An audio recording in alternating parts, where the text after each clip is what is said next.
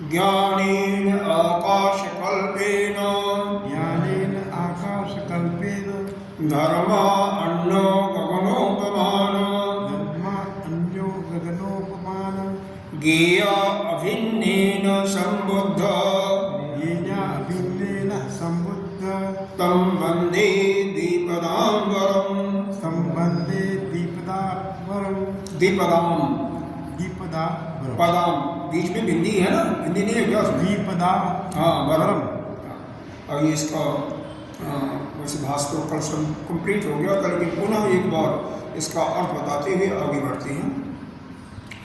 ज्ञेय अभिन्नेन हम वंदना करते हैं। पहले क्रिया किसी भी, कल बताया था कि किसी भी मंत्र हो, श्लोक हो, चौपाई हो, दोहा हो, उसका अर्थ निकालने के लिए पहले हम क्रियापद को ढूंढते हैं। तो क्रिया इसमें क्या है? वंदे। वंदे माने वंदना करना, नमस्कार करना। तो कौन वंदना, किसका वंदना करना है, कौन कर रहा है, यह प्रश्न पूछ करके ही निकल जाता है। तो तम वंदे, तम माने उस बंदे का। तो बंदा कैसा है? द्विपदाम्बरम, दो पैरों वाला है। बल माने श्रेष्ठ है। हर एक शब्द का जो अर्थ इसमें दिया हुआ है, भाष्य में ही दिया हुआ है। एक एक शब्द ढूंढोगे, उस पर निशान लगाते जाइए और उसका अर्थ निकलता जाएगा। कोई भी शब्द नहीं मिलता है तो मेरे से पूछिए। तो कैसे है? ज्ञेय अभिन्नेनो, ज्ञेय कहते हैं आत्मा को, अपनी आत्मा को। देखो कहाँ पर है यह, कल बताया होगा। यह अगले पेज पर ज्ञेय शब्द का ज्ञेय धर्म ही आत्मा, आत्म ही दिया हुआ है। तो ज्ञेय क्या है? उसको आत्मा के रूप में है। अभिन्नेन, अभिन्नेन का मतलब अव्यतिरिक्त, यानी उससे भिन्न नहीं है। तो वह जो दीपदाम दो पैरों वाला जो श्रेष्ठ है, कैसा है? संबुद्ध है। सारे बाकी सब विशेषण है, उसके सब विशेषण है। एक तो संबद्ध है, मानो अच्छी तरह से बुद्धियुक्त है, और ज्ञेय अभिन्न, और जो आत्मा से व्यतिरिक्त अव्यतिरिक्त है, या दूसरे शब्दों में कह सकते हैं जो आत्मा से अभिन्न है। और क्या है? ज्ञान कैसा है? आकाश के सदृश उसका ज्ञान है। हालांकि जड़ता उसमें नहीं है, ये कल बता दिया था, थोड़ा सा कम है, भाष्यकार ने बताया था। और धर्म गगन के सदृश ही उसका धर्म भी है। ऐसा जो धर्मों को, या धर्म का मतलब यहाँ पर जीवों को जो जानता है, उस श्रेष्ठ दीपदाम पुरुषोत्तम को, दीपदाम का मतलब पुरुषोत्तम वही हो जाएगा, दो पैरों वाला पुरुष होता है, पुरुष का मतलब श्रेष्ठ। ऐसा जो है जिसके पास ज्ञान भी असीमित हो, धर्म भी असीमित हो, और आत्मा से भिन्न हो, वह नारायण ही है। तो उस नारायण को मैं नमस्कार करता हूँ, प्रणाम करता हूँ। एक शब्दों का अर्थ स्पष्ट है ना, यह होना चाहिए। और जिस भी पद का, चाहे ज्ञानेन का हो, हर एक का अर्थ इसमें भाष्य दिया। भाष्य में और कुछ नहीं होता है, हर एक शब्दों का विश्लेषण होता है अर्थ। आदिगुरु शंकराचार्य का ही कई बार ऐसा भी करते हैं कि अर्थ पहले दे देते हैं और शब्द को बाद में देते हैं, लेकिन यहाँ पर शब्द पहले और उसका अर्थ बाद में। यही है। आगे आइए, जो यहाँ पर पढ़ाया जाए उसको घर पर अवश्य पढ़िए। नहीं पढ़ेंगे तो फिर मुश्किल हो जाएगा, और जहाँ भी समझ में नहीं आए उसको पूछिए। अधुना अद्वैत दर्शन योगस्य नमस्कार असति। पहले पद में पहला जो मंत्र है, पहली जो कारिका है, उसमें भगवान नारायण की स्तुति की गई। दूसरे कारिका में कह रहे हैं अधुना माने अब अद्वैत दर्शन योग, अद्वैत दर्शन योग के योगस्या, इसका मतलब खष्टी की विभक्ति आ गई। तो अद्वैत दर्शन योग का के जो स्तुति के लिए, उनके लिए स्तुतय, उनकी स्तुति के लिए क्या करते हैं? फिर उनको नमस्कार करते हैं। यानी अद्वैत योग दर्शन को दूसरे में इस मंत्र में नमस्कार किया जाता है। आइए मंत्र पढ़ते हैं। स्पर्श योगो वै नाम, स्पर्श योगो वै नाम, सर्वतत्त्वसुखोहितः सर्वसत्तस्तुखोहितः अविवादो अविरोधश्च अविरोधस्य देशितः तं नमाम्यहम्। विरुद्धस्य नहीं आया समझ में? देखो दोबारा छोटा छोटा करते हैं। स्पर्श योगो स्पर्श योगो वै नाम सर्वसत्त्वसुखोहितः सर्वसत्तसुखोहितः शीत हित बिंदी का भी ध्यान रखिए। हित हाँ हित बिंदी है ना, दो बिंदी है ना तब तो हित गलती नहीं होनी चाहिए। अविवादो अविरुद्धस्य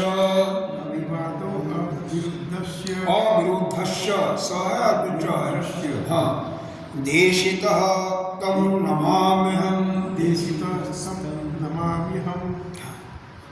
ऐसा क्योंकि देखिए इसमें बुरा मत मानिएगा, जब तक हम ठीक से किसी को पढ़ नहीं पाएंगे तब तक उसका अर्थ हमें स्पष्ट ही नहीं होगा। दूसरी बात, पढ़ने के बाद हमें ठीक से पढ़ना आ गया तो एक संधि विच्छेद भी आना चाहिए। सबसे पहले हमें क्या देखना है? क्रिया। पीछे बता दें तो क्रिया क्या है यहाँ पर? नमाम्य। कौन नमामि कर रहा है? नमामि है, नमामि हम, नमामि हम कर रहे हैं। अहम हम नमामि कर रहे हैं, नमस्कार कर रहे हैं। देशिता का मतलब उपदिष्ट होता है या उपदेश करना। किसको करना है? अस्पर्श योगो। यह योग स्पर्श का मतलब स्पर्श करना, वह त्वचा से स्पर्श करने की बात नहीं हो रही है। त्वचा से जो हम स्पर्श करते हैं वह बात नहीं हो रही है। यहाँ पर संबंध की बात हो रही है। किसी से कोई संबंध है तो स्पर्श का मतलब संबंध और अ का मतलब कोई संबंध नहीं है। तो अस्पर्श जो का मतलब कोई भी हम संबंध नहीं रखते, यानी वह आत्मा का किसी से कोई भी संबंध नहीं रखता है। वही नाम सर्वसत्तसुखोहितः। ये सब विशेषण है। यह कितने विशेषण देखो? सर्वतत्त्वसुखो, सर्वतत्त्वहितः, सर्वतः किसके साथ जुड़ जाएगा? अविवादो, फिर अंतिम है अविरोधस्य। यह ऐसा विशेषण है। तो यह जो संपूर्ण प्राणियों के लिए सर्वतत्व, सर्वतत्व का मतलब क्या होगा? सर्व प्राणी। तो सभी प्राणियों के लिए जो सुखकर भी हो और हितकर भी हो। यहाँ पर देखिए कई चीज़ें होती हैं, सुखकर तो होती हैं लेकिन हितकर नहीं होती हैं। और कई चीज़ें, इसमें चार चीज़ें आती हैं, न तो सुखकर है और न तो हितकर है। इस चीज़ को ध्यान से समझिएगा। कोई भी चीज़ हमारे लिए सुखकर भी नहीं है, मतलब उसको लेने के बाद हमें सुख भी नहीं मिलता और बाद में हमारा कल्याण भी नहीं होता। एक तत्कालीन सुख और एक बाद में लॉन्ग रन में। जैसे बच्चे जो होते हैं उनके लिए क्या होता है? तत्काल में सुख चाहिए, कोई भी चीज़ चाहिए तो तुरंत सुखी हो, बाद में बेशक दुख हो, कोई फर्क नहीं पड़ता। लेकिन जो प्रबुद्ध लोग होते हैं, प्रौढ़ लोग होते हैं, वो समझते हैं कि पहले बेशक वह सुख न हो, दुखी हो, दुख हो, लेकिन बाद में वो हमारे लिए कल्याणकारी हो। तो एक तो हुआ जो प्रारंभिक में सुख देता है और बाद में दुख देने वाला, और एक प्रारंभिक में दुख देने वाला है और बाद में सुख देने वाला। और एक हो गया न तो प्रारंभिक में सुख और न तो अंत में कोई उसका हित है, अंत में कल्याण है। और दूसरा जो प्रारंभ में भी सुख है और अंत में भी सुखी है, हित करने वाला, हमारा कल्याण कर है। तो चार प्रकार के दृष्टांत दीजिए। विष है तो विष को पीते हैं तो प्रारंभ में भी आपको कड़वा लगेगा, अच्छा नहीं लगेगा, तत्कालिक सुख भी नहीं है, अंतिम में भी उसका परिणाम भी बहुत खराब है। लेकिन वहीं पर करेले का जूस ले लीजिए, नीम के पत्तियों को चबाइए या उनका जूस ले लीजिए, तो प्रारंभिक में तो दुख है लेकिन वो हमारे लिए कल्याणकारी है। ठीक, दो हो गए।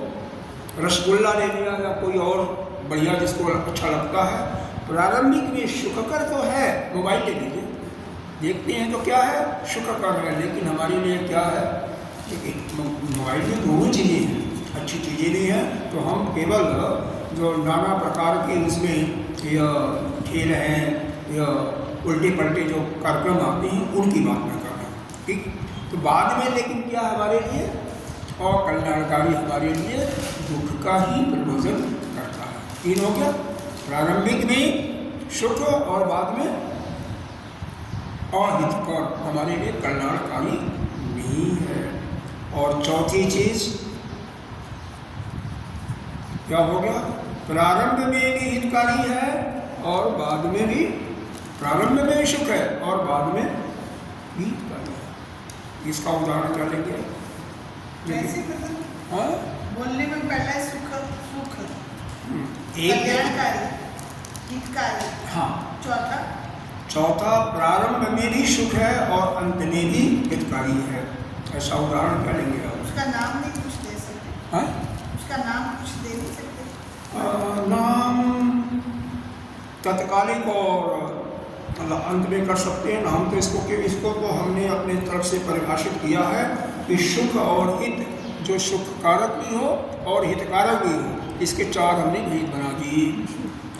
तो ऐसे हो सकता है कोई दवा ऐसी होती है कि खांसी की बहुत दवाइयाँ होती हैं कि थोड़ी सी मीठी होती है, नाम तो मेरे को नहीं याद आ रहा है।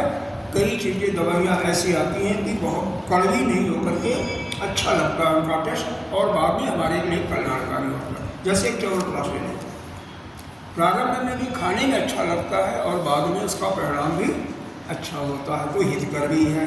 तो इस प्रकार से जो सभी प्राणियों के लिए तत्काल में भी सुख देने वाला है और बाद में हित करने वाला है, वो कौन है, वो अस्पर्श है, यानी जिसमें किसी के साथ कोई संबंध बनाता ही नहीं।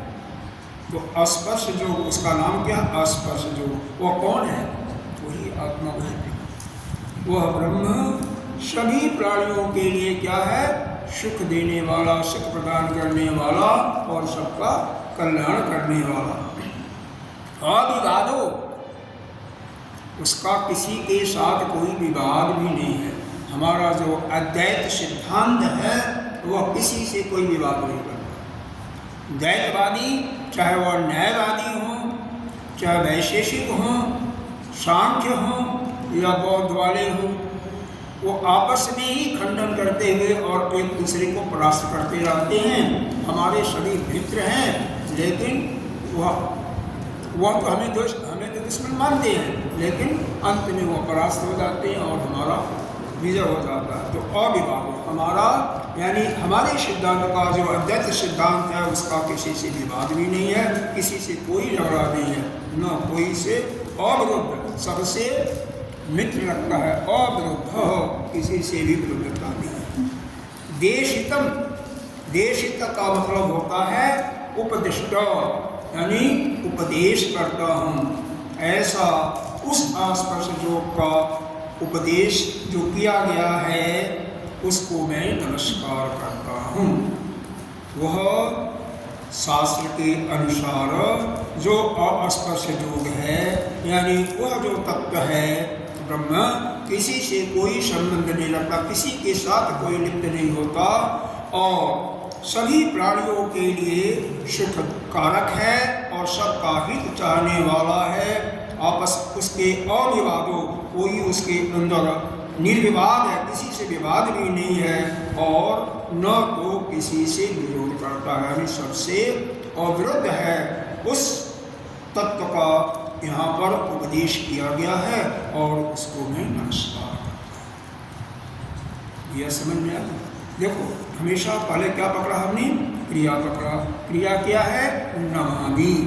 तो कौन नमस्कार कर रहा है, हम नमस्कार कर रहे हैं। फिर कृष्ण पूछा किसको कर रहे हैं, तो उसका उत्तर आएगा स्पर्श योग, स्पर्श योग को हम प्रणाम कर रहे हैं। क्यों कि वह नाम उसका विशेषण दे दिया कि वह सभी प्राणियों का सर्वतत्व, मतलब सभी प्राणियों का सुख करने वाला है, सबका हित चाहने वाला है। और क्या है, उस निर्विवाद है, किसी से उसका विवाद भी नहीं, झगड़ा झंझट भी नहीं है, और वो किसी के विरुद्ध की नहीं है। देशतः उसका उपदेश यहाँ पर किया गया। अब आइए इसका भाषण देखिए, ये समझ में आ रहा है ना। कल जिसने भी, जिसको भी कोई कहीं कोई भी शंका हुआ हो तो वो पूछ सकते हैं। देखिए एक बात है, हम पढ़ते हैं, हम पढ़ लिया, आपने ज्ञान हो गया। अगर आप एक छोटे बच्चे को इसको समझा सको तो समझो कि आपको छठी मतलब 5वीं के नीचे क्या पढ़ाएंगे, 6ठी 7वीं में पढ़ने वाला 8वीं के बच्चे को यदि आप पढ़ाने में सक्षम हो गए इसको, तो समझिए आपको ज्ञान हो, नहीं तो नहीं समझिए आप। बेशक आपको अच्छी तरह से समझ में आ गया, लेकिन इस प्रकार से समझ में आना चाहिए कि छोटे से छोटे बच्चे को जो इसके बारे में कुछ नहीं जानता उसको भी आप समझाने के योग्य हो। अब देखो एक एक शब्द पर निशान बनाते हैं। जैसे पहला क्या शब्द है, अस्पर्श, तो अ को निकाल दिया, स्पर्श को लिया, बाद में अ को जोड़ देंगे। अस्पर्श नम स्पर्श, इसका मतलब क्या है, स्पर्श का दिया संबंध, न का न कर दिया, मतलब अस्पर्श को क्या लिख दिया, स्पर्श न, और न का मतलब हो गया। तो स्पर्श का मतलब संबंध, और न का मतलब वही, अस्पर्श का मतलब जिसमें कोई संबंध, किसी से कोई संबंध नहीं है। देखिए एक को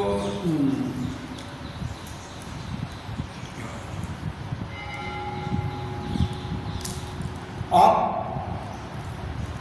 किसी भी जो ऐसा संत जो अपने स्वरूप में रमण कर रहा है, अगर एक डाकू भी जाए, एक चोर भी जाए, एक अफिमची भी जाए, तो उसके ऊपर कोई, उसके चित्त के ऊपर उसका कोई प्रभाव नहीं पड़ता। क्या पड़ता है? उदाहरण के स्वरूप, दृष्टांत के स्वरूप ले सकते हैं। शंकराचार्य, हमारे आदि गुरु शंकराचार्य जिन्होंने यह भाष्य लिखा हुआ है, उनके समय उनके पास एक ऐसा दुष्ट आता है, तो दुष्टि कहेंगे उसको, कहता है मेरे को बलि चढ़ानी है, और ऐसे की बलि चढ़ानी है जो कि अपने आप में सम्राट हो। तो आप सम्राट भी हैं, और तो आपकी बलि चाहिए, आपका गर्दन चाहिए, मतलब मेरे को, माता को बलि चढ़ानी है।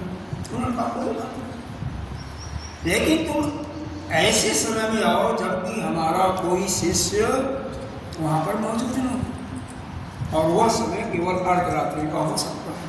तो अर्धरात्रि में आओ तो मेरा गर्दन काट लिया। उसने कहा कपाली करते उसको। वह जब अर्धरात्रि को आता है, इनके शिष्य एक जिनका नाम जो कमल के उसमें चढ़ते थे, वो नरसिंह भगवान के बहुत ही प्यारे भक्त हैं। क्या नाम था उनका,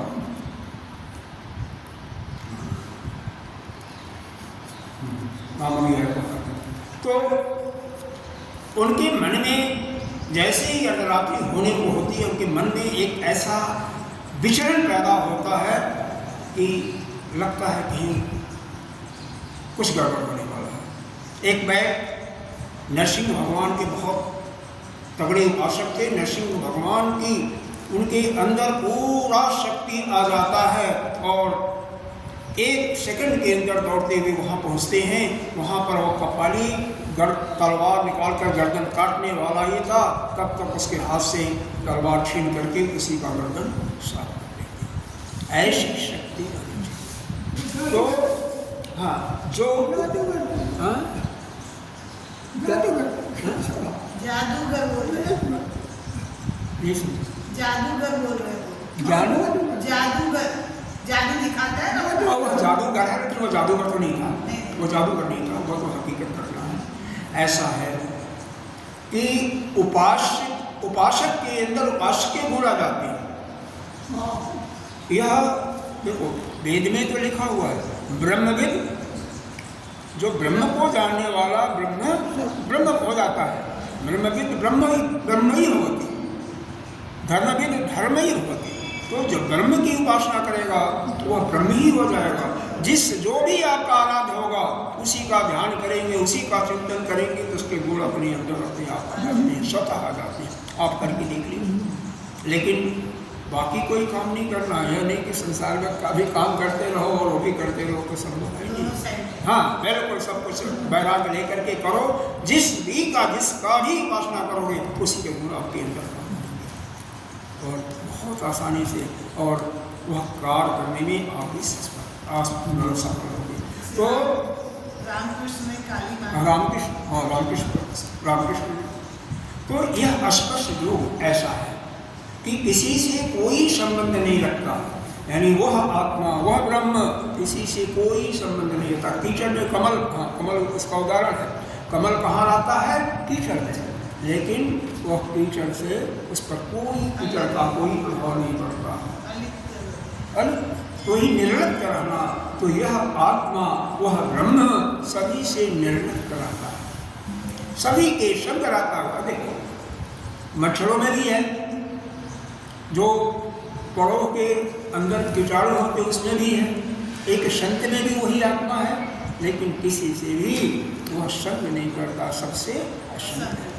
वही असंग रूपी शस्त्र आपको भी उठाना पड़ता है अगर अपने अंदर के जो दुश्मन है उसको मारना है।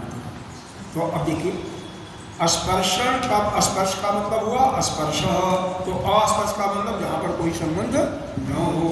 विद्यते जस्य योगस्य, कि जिसके अंदर ही वह विद्यमान होता है, यानी जो इस स्पर्श जो को या किसी से संबंध नहीं करता।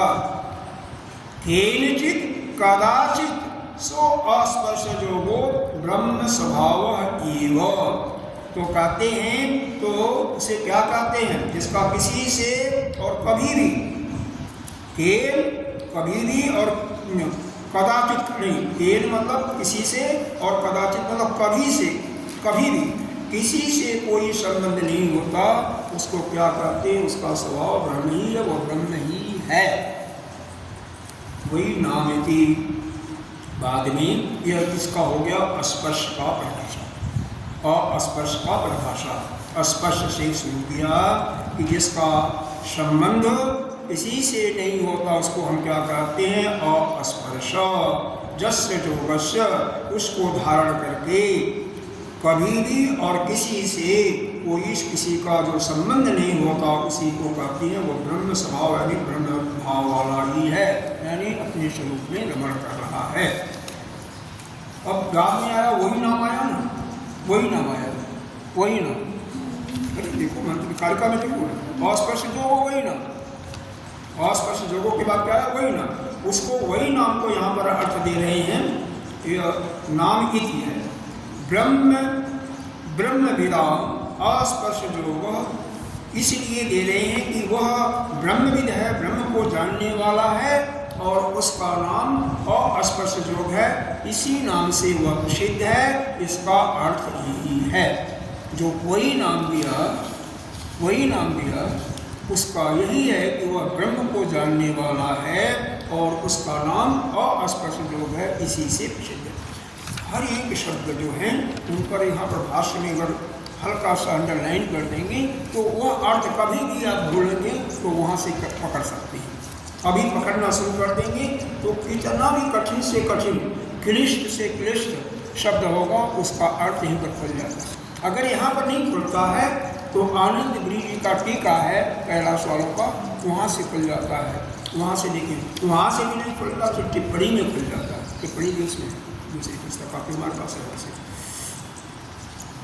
सर्व सत्य सुख, अब आया ना सर्व सत्य सुख आया कारिका में, देखो सर्व तत्व सुख मिल गया ना महाराज जी, सर्व तत्व सुख मिल गया ना कारिका में नहीं समझे।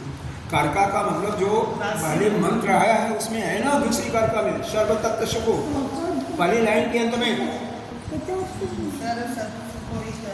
नहीं मिला, मिल गया ना बस, हाँ मिली। तो सर्व तत्व सुख का अर्थ क्या लिखा?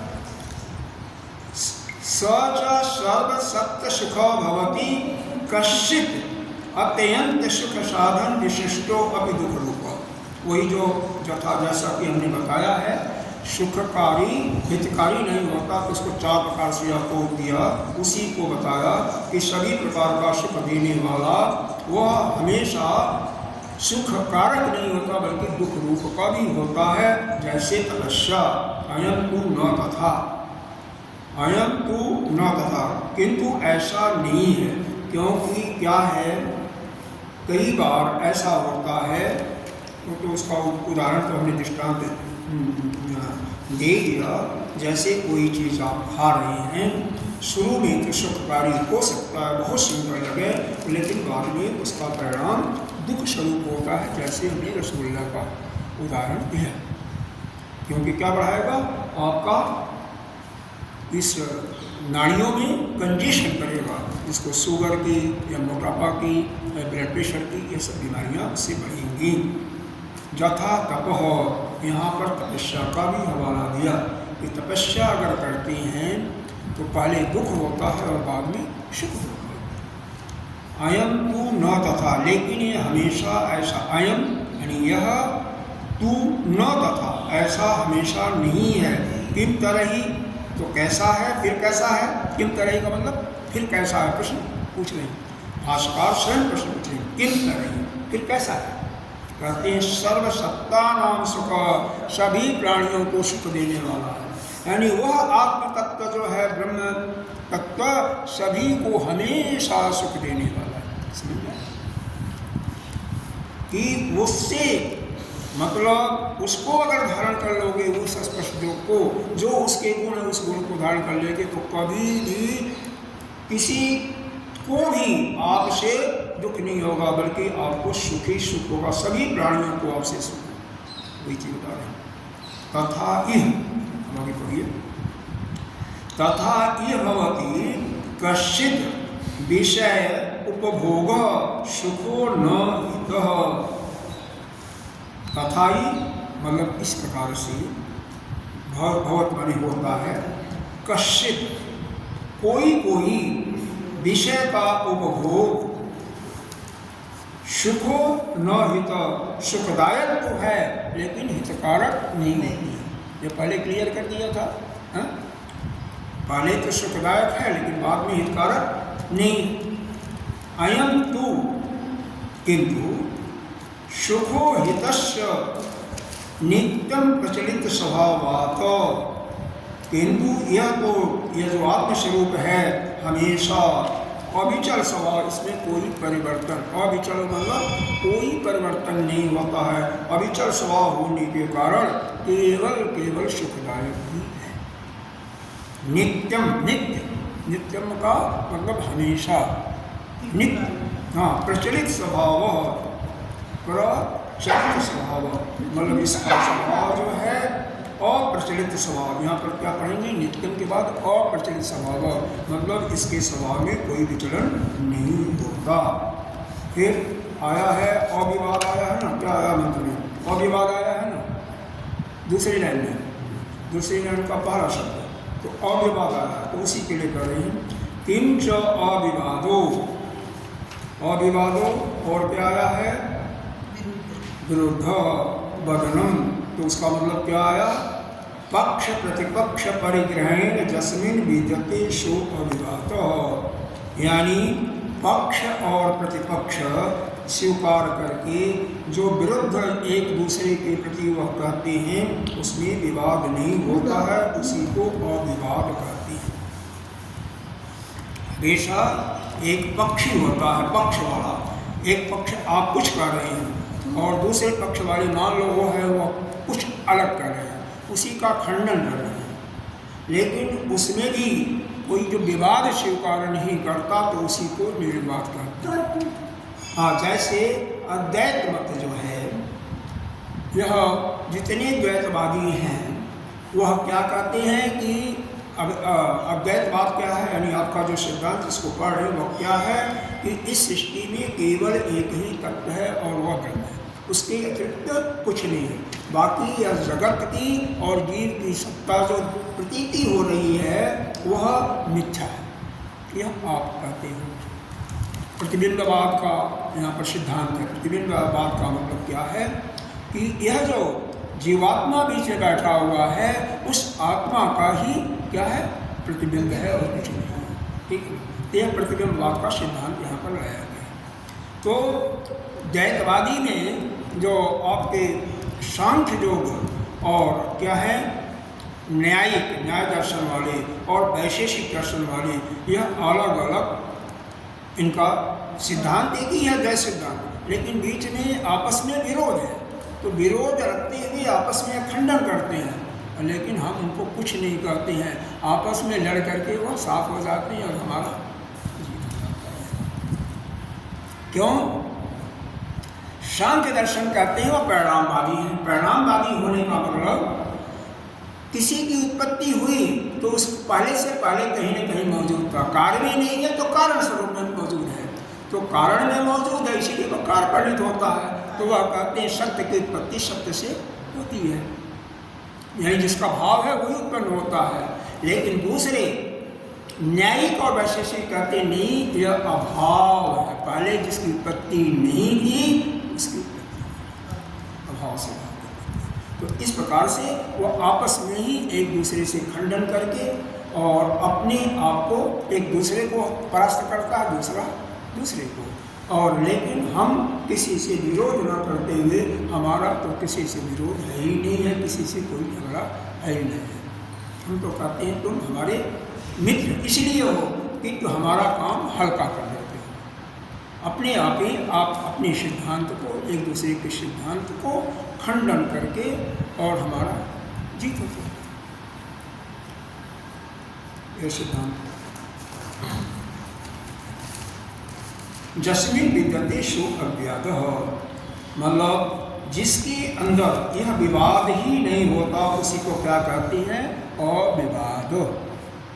पक्ष और प्रतिपक्ष दोनों स्वीकार करके जिसके अंदर कोई किसी से विरुद्ध नहीं होता, कोई विवाद नहीं होता, उसी को कहते हैं अविवाद। फिर कहते हैं कस्मात्, कैसे, यह क्यों है, जतो अविरुद्धस्य, क्यों सबसे यह अविरुद्ध क्यों है, यह आत्मा जो है सबके साथ अविरुद्ध क्यों है, किसी से विरोध क्यों नहीं करता। तो बताते हैं यह ईदृशो योगोदेशितः, क्योंकि यह सबसे अविरुद्ध है। ज ईदृशो, जो देशित उपदिष्ट, देशित का अर्थ किया उपदिष्ट, उपदिष्ट का मतलब उपदेश दिया गया है। यह इस योग का ही शास्त्र ने उपदेश दिया है। शास्त्रेण तम नमाम्यहं प्रणाम इति अर्थ, उस शास्त्र को मैं प्रणाम करता हूँ, इसका अर्थ यही है कि जिस शास्त्र ने इस अस्पष्ट योग का सिद्धांत प्रतिपादित किया है, जो आपस में किसी से निर्विवाद है, उसका किसी से विरोध नहीं है। और क्या विशेषण दिया था, सभी प्राणियों को सुख देने वाला, सबका कल्याण चाहने वाला, उसको मैं नमस्कार। कहीं कोई अगर आपको बताओ कोई दिक्कत है तो बीच में उसको दोबारा लो, नहीं तो आगे बढ़ो। हरे जी आगे बढ़ सकते हैं या नहीं? देखो कभी नहीं रहनी चाहिए, बाद में फिर दिक्कत होती है। क्योंकि देखो सीधी बात है, कोई चीज़ आप समझोगे नहीं ठीक से तो बाद में उसको स्पष्ट करने में आपको दिक्कत होती है। हालांकि यहाँ का संस्कृत बहुत आसान है, बहुत मुश्किल नहीं है, लेकिन यह है कि थोड़ा सा संधि विच्छेद करने हमें आ जाता है। हमेशा हमें पहले क्रिया को ढूंढना है और इस भाष्य में तो कुछ नहीं करना है। जो शब्द इस कारिका में या मंत्र होगा, मंत्र में आया है, वह जहाँ पाओ वहाँ उंगली रख दो या वहाँ निशान बना दो। बाद में जब तक दूसरा शब्द नहीं आएगा तब तक उसकी व्याख्या, ठीक, उसी का अर्थ बताया होगा। कहीं उसमें अगर शब्द में नहीं आता तो टीका लो, टीका से देखो, अनुग्रीक का टीका बहुत मशहूर है इसमें, तो उसमें वो शब्द मिलेगा और उसका अर्थ कई बार उसमें भी अर्थ स्पष्ट है, क्योंकि हम लोग तो साधारण लोग हैं, संस्कृत के विद्वान हैं नहीं, तो टीकाकार में टीका भी लिखा उस पर, तो उससे स्पष्ट हो जाता है। इसके बाद आगे जो द्वैतवादियों का परस्पर विरोध है उसको सिद्ध आगे किया जा रहा है। हमें आगे बढ़ने की जरूरत नहीं है, समझ में आ गया तभी हम आगे बढ़ रहे हैं। कहीं किसी को कोई दिक्कत हो तो हम रुक जाएंगे। आप किताब लेकर के नहीं आते हैं क्या महाराज जी? किताब नहीं है, पुस्तक नहीं है तो समझ में कैसे लगता? हाँ, पुस्तक तो गीता प्रेस की दुकान से रखिए, 20 रुपये की तो आती है, ज़्यादा महंगी नहीं आती, 20 या 30 की होगी इतने की। हाँ देखने में कोई प्रॉब्लम? हाँ अच्छा, देखने में बराबर। अच्छा 35 रुपये की, चलिए कोई बात नहीं। कह रहे हैं कथम दैतिना परस्परम विरोधते, ये द्वैतवादी जो हैं आपस में कैसे विरोध करते हैं, तो इसके लिए यह बताया जाता है तीसरा मंत्र कि यह जो द्वैत सिद्धांत को मानने वाले हैं उनका आपस में कैसे विरोध करते हैं उसके लिए बताया गया। भूतस्य जातिम इक्षन्ते वादिनः केचित् एव हि अभूतस्य अपरे धीरा विवदन्तः परस्परं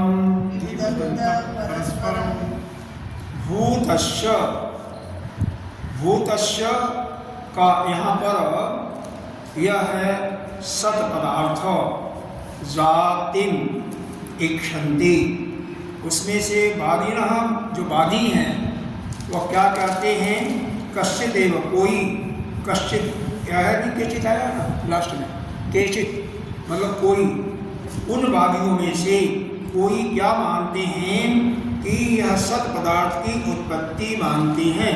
भूतस्य आगे अर्थ देखेंगे तो भूतस्य का अर्थ दिया हुआ है विद्यमान, जो मौजूद है। यहाँ पर भूत का अर्थ प्राणी नहीं दिया हुआ है, भूत का अर्थ यह है कि जो पहले से मौजूद है, पहले से विद्यमान है।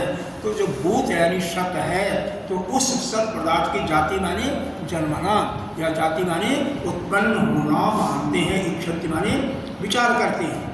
वह कुछ वादी लोग जो द्वैत मत को मानने वाले हैं, ये कौन है, सांख्य योगी वाले, ये परिणामवादी हैं। सांख्य योग वाले जो हैं सांख्यवादी यह मानते हैं कि सत की उत्पत्ति, सत पदार्थ की वो मानते हैं, सत पदार्थ की उत्पत्ति मानते हैं।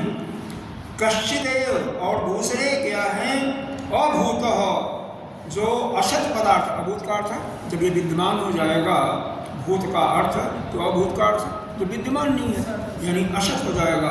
अपरे मतलब दूसरे लोग क्या मानते हैं कि असत, कौन दूसरे लोग कौन है, धीरा जो विद्वान है। विद्वान कौन है, यह न्यायवादी, इसको आप नोट कर सकते हैं।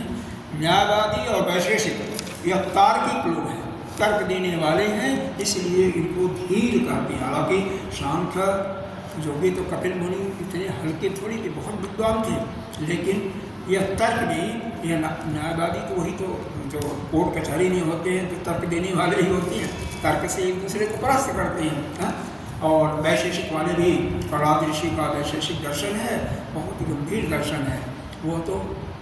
अगर प्रहलाद ऋषि का जीवन देखें तो यह अन्नों के जो खेत में काटने पर बीज गिर जाता था, गेहूँ गिर गया, चावल गिर गया, चावल का मतलब हाँ, उसको बिन लेते थे, चुग लेते थे और उसी को अंत में खाते थे।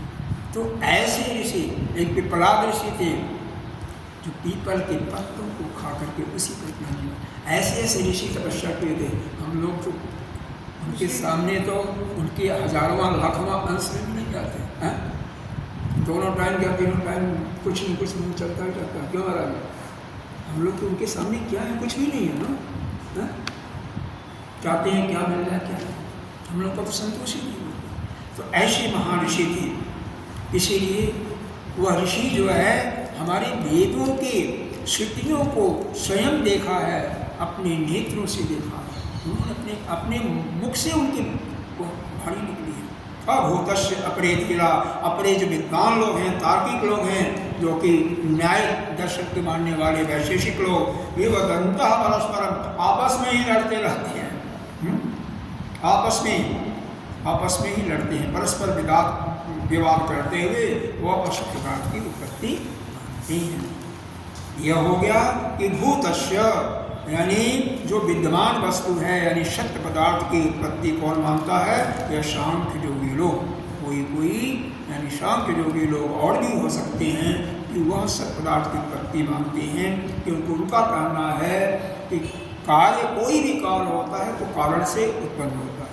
जैसे घट है, घट से ही मिट्टी से उत्पन्न होता है तो उसका कारण घड़े का क्या है? मिट्टी है। तो मिट्टी में जो गुण होता है वही घट में आता है। उसी प्रकार से यह जो कार्य में पहले से उत्पन्न वो वस्तु थी, इसी के कारण उसी में से सब पदार्थ की उत्पत्ति हुई। लेकिन अन्य जो वीर हैं, जो विद्वान हैं, तार्किक हैं, न्यायिक और वैशेषिक, वह असत पदार्थ की उत्पत्ति मानते हुए आपस में ही लड़ते रहते हैं, आपस में विवाद करते रहते हैं। उन्होंने असत पदार्थ की उत्पत्ति तो स्वीकार किया लेकिन परस्पर झगड़ते गए। छोटा सा भाष्य है दीर्घता से, बाकी का जो समय 10-15 मिनट का उसी में पूरा हो जाएगा। अर्थ इसका कार्यकाकार समझ में आ गया। दो प्रकार के लोग हैं, देखो स्पष्ट रूप से सही, दो प्रकार के लोग हैं। एक तो सत पदार्थ की उत्पत्ति मानने वाले परिणामवादी। परिणामवादी कौन है? सांख्य सिद्धांत को मानने वाले, सांख्य दर्शन है ना। हमारे 6 इस समय आपको यह 6 दर्शन माइंड में रखना पड़ेगा मस्तिष्क में। पहला है न्यायिक सिद्धांत, न्याय गौतम ऋषि उसके वह हैं। दूसरा है वैशेषिक, इसका कड़ा ऋषि, वैशेषिक दर्शन, न्याय दर्शन हो गया। तीसरा है सांख्य दर्शन, इसके कपिल मुनि जी। चौथा है योग दर्शन, उसके पातंजलि जी हैं। पांचवा पूर्व मीमांसा, पूर्व मीमांसा इसी भेद का एक पाठ है पूर्व मीमांसा, जिसके जैमिनी ऋषि हैं उसके। अच्छा, और अंतिम वाला जो है उत्तर मीमांसा के स्वयं व्यास भगवान या ऋषि हैं, जिन्होंने सारे वेदों की संग्रह करके रचना की। तो रचना नहीं किया बल्कि उनको संकलन किया। रचना करने वाले तो भगवान के मुखार बिंदु से निकले हैं, उनके श्वास प्रश्वास से निकले हैं। तो इस प्रकार से ये हमारे 6 दर्शन हैं जो वेद को मानते हैं। इसीलिए इनको क्या कहा? यह आस्तिक, जो वेद ईश्वर में नहीं, ईश्वर में सबकी श्रद्धा नहीं है, वेद में श्रद्धा है। वेद कोई भी प्रमाण देना होगा तो वेद को प्रमाण दिया जाएगा तो उससे वो कट जाते हैं वेद। लेकिन जो वेद को नहीं मानते हैं वह नास्तिक दर्शन कहलाते हैं। उसमें 3 प्रमुख हैं। कौन कौन? बौद्ध, हाँ, बौद्ध, जैन, चार्वाक। और बौद्धों में भी फिर आ जाते हैं, फिर कई हैं, योगाचार्य हैं, माध्यमिक हैं इत्यादि आ जाते, शुद्धवादी। यह बताएंगे किसी दिन के बारे में विचार करेंगे। भूतस्य विद्यमानस्य वस्तुनु जातिम उत्पत्ति इच्छन्ति वादिनः केचिद एव हि सांख्या न सर्व एव द्वैतिनः। देखो स्पष्ट रूप से कहते हैं कि केचित ही संख्या, अंतिम लाइन, अंतिम पंक्ति में पहले लाइन के पहला जो सेंटेंस है उसके अंत में लिखते हैं केचित एव, कि कोई वादी, यानी उनका नाम भी दे दिया, सांख्य मत को मानने वाले। देखो हम कहीं अपने मन से कुछ नहीं कर रहे हैं, इसी में लिखा हुआ। कहाँ से? पहले लाइन जहाँ तक हमने पढ़ा, जहाँ पर पुल स्टॉप आया है, देखो 3 पंक्ति का है, तो उसमें अंतिम में आया है केचित एव, कोई भी, और उनका नाम भी दे दिया। कौन? सांख्य मत को मानने वाले। सांख्य मत को मानने वाले, न सर्वम, सभी नहीं, केवल सांख्य मत को मानने वाले। ये जो द्वैतवादी हैं वह क्या मानते हैं? भूतस्य यानी विद्यमान, भूतस्य का अर्थ दे दिया ऊपर, विद्यमान जो है, विद्यमान वस्तु है, यानी सत्य वस्तु की ही उत्पत्ति होती है। जातुम इच्छन्ति, तो सत्य वस्तु की ही उत्पत्ति होती हुई देखी जाती है। लेकिन जस्मात् जो दूसरे हैं, क्योंकि दूसरे अभूतस्य, इसको पढ़ने में देखिए, जस्मात् अभूतस्य अविद्यमानस्य अपरे वैशेषिका न्यायिकाश्च धीरा धीमन्तः प्राज्ञा अभिमानिनः इत्यर्थो विवदन्तो विरुद्धं वदन्तो हि अन्नोनम इक्षन्ति जेतुम इति अभिप्राय। इतना बड़ा सेंटेंस है। जस्मात्, पहले लाइन का अर्थ क्लियर हो गया। भूतस्य विद्यमानस्य, भूतस्य का अर्थ है विद्यमान, जो मौजूद है, यानी शत पदार्थ, वस्तु न माने पदार्थ हो गया। जाति में उत्पत्ति, उसकी उत्पत्ति की मानते हैं, क्षत माने मानते हैं। कौन मानते हैं? केचित, कोई भी, कोई कौन? सांख्य मत को मानने वाले, सभी नहीं, सभी द्वैतवादी नहीं, केवल सांख्य मत के जो मतावलंबी हैं या सांख्य मत को मानने वाले हैं, वह शत पदार्थ की उत्पत्ति मानते हैं। सारे द्वैतवादी नहीं मानते हैं। लेकिन जस्मात्, क्योंकि दूसरे, जस्मात् का मतलब क्यों क्यों है? अभूतस्य, अशत पदार्थ की उत्पत्ति, अभूतस्य का क्या हो गया यहाँ पर? अविद्यमानस्य। अभूतस्य का मतलब क्या होगा? अविद्यमानस्य, जो मौजूद नहीं है, जिसकी उत्पत्ति पहले से नहीं है। जैसे मान लो पानी पहले नहीं था, ऐसा मान लो, क्योंकि पानी कैसे बना? हाइड्रोजन और ऑक्सीजन के संयोग से बना। दो मॉलिक्यूल हाइड्रोजन का और एक मॉलिक्यूल ऑक्सीजन का, ये दोनों आपस में कंबाइन होते हैं परमाणु, तो जल बनता है, परमाणु बनता है। ऊपर देखते हैं बारिश कैसे होती है। इनको बनने के लिए क्या चाहिए? गर्मी चाहिए, ऊर्जा चाहिए, शक्ति चाहिए। तो ऊपर देखते हैं आकाश में जब बिजली टकराती है तब बारिश होती है, जिससे वायुमंडल में वह जो दो तरीके से बताया जाता है। एक जो बाष्प के रूप में पानी है, जब गर्मी होती है तो उससे पिघल करके गिरता है। दूसरा, वहाँ पर जो गैसें हैं, हाइड्रोजन और ऑक्सीजन, वो भी संयोग करके पानी बन करके वो गिरता है। क्योंकि इनका टेम्परेचर वैसे गर्म करोगे नहीं, एक निश्चित तापक्रम पर, निश्चित टेम्परेचर पर जब हम हीट करते हैं तो ये पानी बनता है, हाइड्रोजन ऑक्सीजन। मेरे साइंस का हुआ है तो विज्ञान का, क्योंकि विज्ञान इसमें थोड़ा सा है तो थोड़ा सा हमने उसको वो कर दिया।